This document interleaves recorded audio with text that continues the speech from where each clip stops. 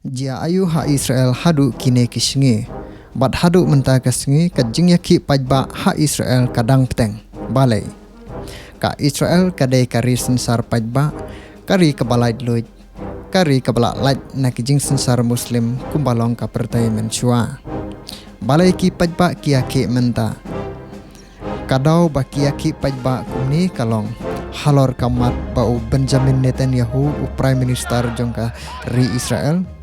Bat ki minister jong haying dorbar ki menjur ban aibore ka sarkar bakan pejhi ha kabaya dei bat kayeng bishar. Omdai baka sarkar kan simtino ia ka rukom bishar henrei kalong kumne. Baka sarkar kan sasim ya ka bor bat karai bakam hakli kayeng bishar pat kam hakjat. Kanele se kan penduna ya ka jing yok laj lo jongki pajba bandawa ne ya saja ka hok jongki katkum kajingla kinong ya saj ai. They believe it will undermine the Supreme Court completely. We came here to protest against the degradation of the Israeli democracy. We see a process where the rights of the people will be over time consumed by this theocratic government.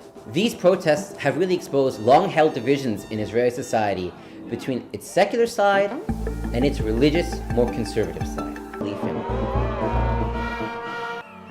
After Netanyahu has paused legislation, it will be very, very difficult for the opposition, and we can expect this conflict to come back strongly.